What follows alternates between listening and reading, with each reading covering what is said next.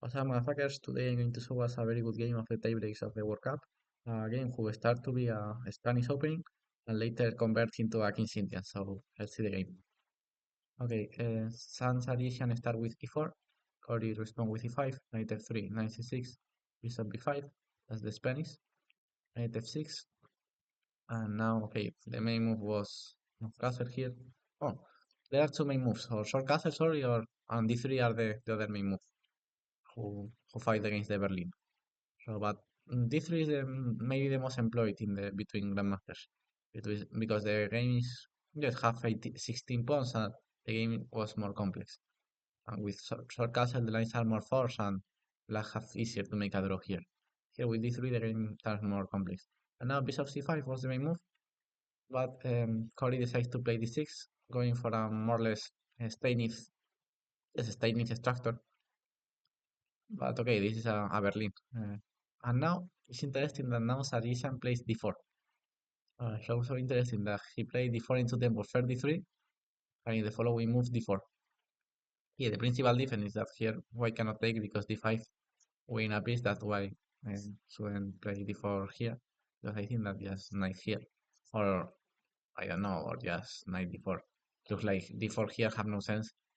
But here with the knight, pin on c6 have more sense. And this is going to respond like a static defense, but with one less tempo for white.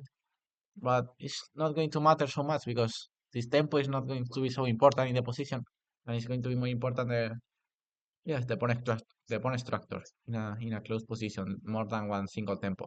Usually, when the position is close, the single tempos doesn't matter so much. Matter more, yes, as your position. In an open position, it's completely different, of course. So it doesn't matter if here Sargisian plays for into tempos because the position is going to be close and the tempos are not going to be so important. So after d4, white is threatening d5. So bishop d7, d5, knight d7. And now white should choose if he is going to trade the bishops or keep the bishop over the board. Both moves are possible. Take and queen d3 are fine, but he decides to keep the bishop over the board. Good idea. Yes, when you have the special advantage, it used to be better to keep pieces over the board. In this exactly moment, it's a concept battle because, of course, the D7 bishop is the black good bishop, and this is the white bad bishop. But okay, we mix the concept of good bishop and bad bishop, but in the other hand, we have that white have more space. So for that reason, both moves are fine, but bishop d3 played by Sarisian was a very good move. G6, and now we saw that we are more or less in a King's Indian because black is going to play bishop d7. And now in King's Indian, white is the white plan. Take as much space as possible in the queen side. And black plan used to be attacking the kings. So the central pawns define that black is going to attack in the king side and white is going to attack in the queen side. So for that reason, Sarisian plays c4, taking more space there and yes, reaching a King's Indian position.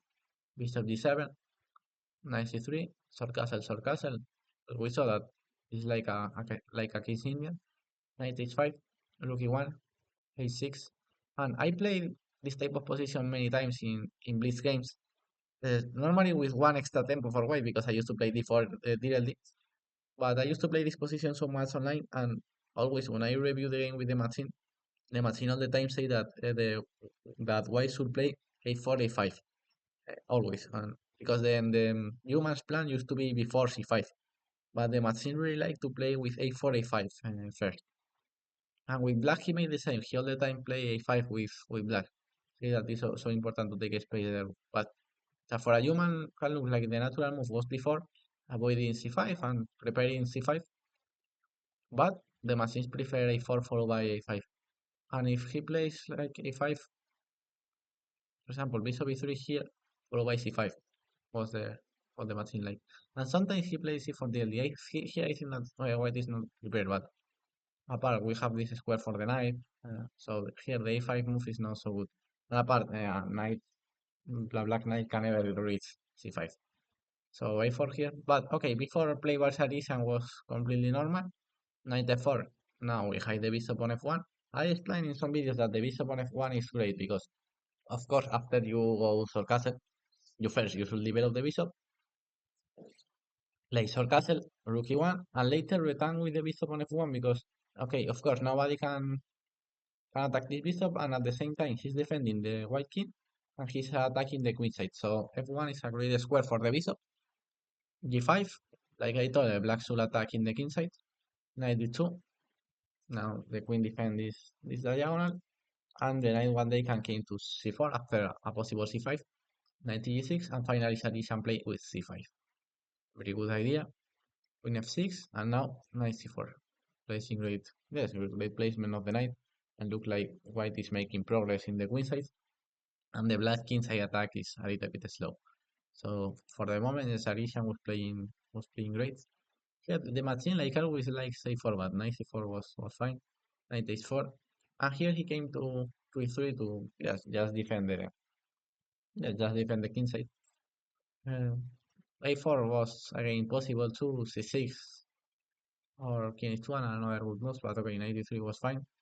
g4, and finally he break with c6. The idea is if he cannot take here because the g4 pawn is hanging, so he play bishop e6, but now let's see that this pawn is also strong because the c7 pawn one day could be attacked by the knight, and in general that the c4 pawn are going to be so close to promote. Knight c5, knight takes queen d8. Like I told her, the queen should return to defend the c7 pawn, and now finally a4, taking more space in the queen side. And now I'm going to stop here a little bit in a moment because here white is completely winning. I want to show us why. Because yes, white have advanced so much his queenside pawns, and he created a potential pass pawn after some a5 before b5, b6. These pass pawn are going to be, yes, the c pawn are going to be passed. So now white have created a pawn majority of 3 against 2 in the queen side, and black cannot create nothing on the king side. Let's see this. This bishop is still close. This knight, okay, is in h4, but it's not making nothing, and just black cannot create nothing in the queen side. And white have all his pieces well placed because it can look like white have all his pieces in the first rank, but the bishop are so good here. These bishop are so good. The queen are fine. The rook are fine. So and the knight, who is the only piece who is bad placed in the first rank, is in have a great hole on d5. So here white is just winning. Cory tries to something with f5, trying to open his bishops. The machine prefer b5 or a5 here. By the way, he take on f5, knight takes bishop c4, knight d4, and just the rest is more or less easy for Sarisian because yes, especially thanks to this strong pawn and this strong knight on d5. Bishop e3. Oh, okay, black take the c pawn, but the problems are not over for black because first his king is open. Later, this pawn is going to fall, and white has this bishop is hanging in many lines. The knight is hanging, so black cannot make nothing to defend all the threats. But yeah, the rook is so active. So I really like how white plays, giving the pawn, but activating his pieces and putting all the black pieces, uh, putting pressure into all black pieces. Okay, he leaves this diagonal to avoid tactics with the knight or with the bishop. b5, attacking the knight. Now, for example, knight d4 can never came because you can take, and rook e6. So now the knight is misplaced on e5 and just bishop e2. And this pawn is under attack, this pawn is under attack, so white is completely winning. Rook c8, white just here take, and okay, both players have the same pawns, but this bishop is close, this bishop is not close. This is a great knight in the center, this is a bad knight in the corner. And let's see the difference between the kings. This king have 3 pawns in front of him, and this king have 0 pawns in front. So white is just completely winning c6, b takes, knight takes. Here, okay, they might simply fair nice. For example, queen g6, queen here and take this pawn. Yeah, just take all the pawns. By the way, he played queen h3, who is winning. Okay, I'm going to pass the rest of the game more or less fast, but now the rest is just about the safety of the kings. The g1 king is so safe, and the a7 king is so unsafe. It's just that h5, queen e4, king h8, rook c4, 97. 97 takes with everything and queen f5. Oh no, black have so much weaknesses. The a7 pawn is weak, the e6 pawn is weak, the h5 pawn is weak, the e6 king is weak. So here the position is completely winning for black. He fixed the pawn on a7, very good idea. Now the a7 pawn is going to be captured. In important moment here, Sarkis can avoid the queen straight because the black king is open. So when your opponent's king is open, you should avoid the queen straights.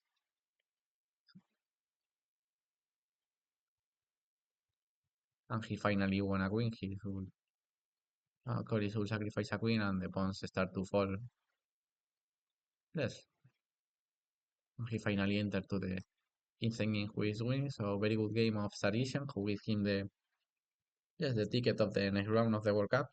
So let's see if he is still advancing rounds in the World Cup. See you, motherfuckers.